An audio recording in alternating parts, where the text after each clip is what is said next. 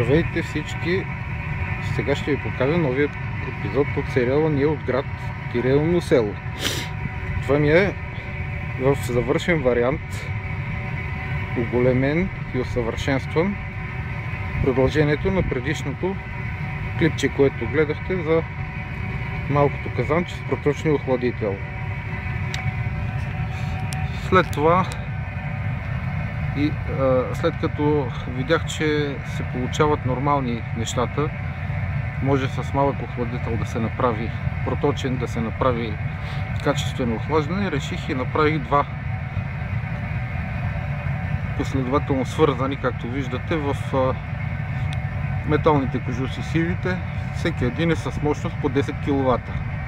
Може да се регулира чрез това кранче, където влиза маркуче за охлаждащата вода, притока на водата и съответно температурата на изхода на охладителите. По-скоро и по-правилно да се казват втечнители на спиртните пари.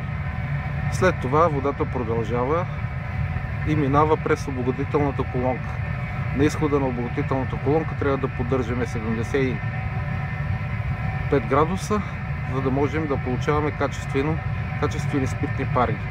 Обогатителната колонка е 9-степенна и е направена от ядрата на магнетронната микровълнова печка от резонаторните камери. Между тях съм сложил тефлонови пластини, на които става термо и маслообмена на спиртните пари и флегмата, втечнената флегма, която се връща по стените на резонаторчетата.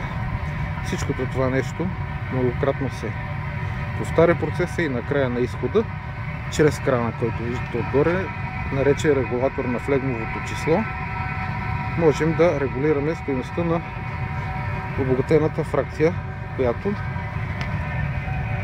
чрез този детайл, който ви го показвам в момента, в него стои термометъра и директно показва моментната стойност на ректификата. Можеш да реагираш най-бързо, като отсечеш фракциите, както се полагат, според градусите. Тук отгоре виждате, допълнително съм сложил един термометър, който ни показва примерните градуси на капака, дефлегматора, въздушния дефлегматор, за допълнителна ориентировка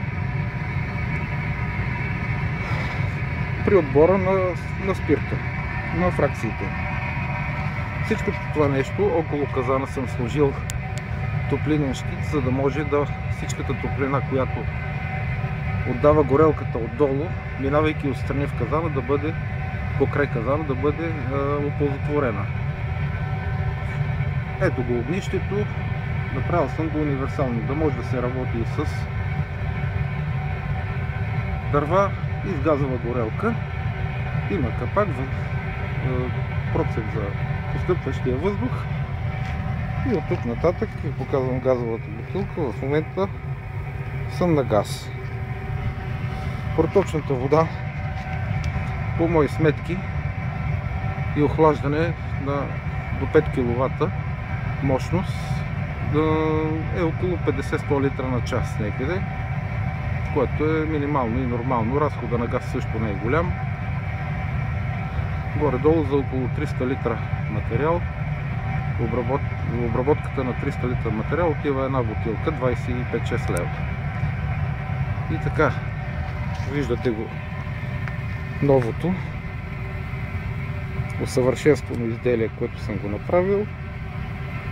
И до нови срещи. Когато измисля нещо ново, пак ще снимам и ще го гледаме. За сега всичко хубаво на моите приятели.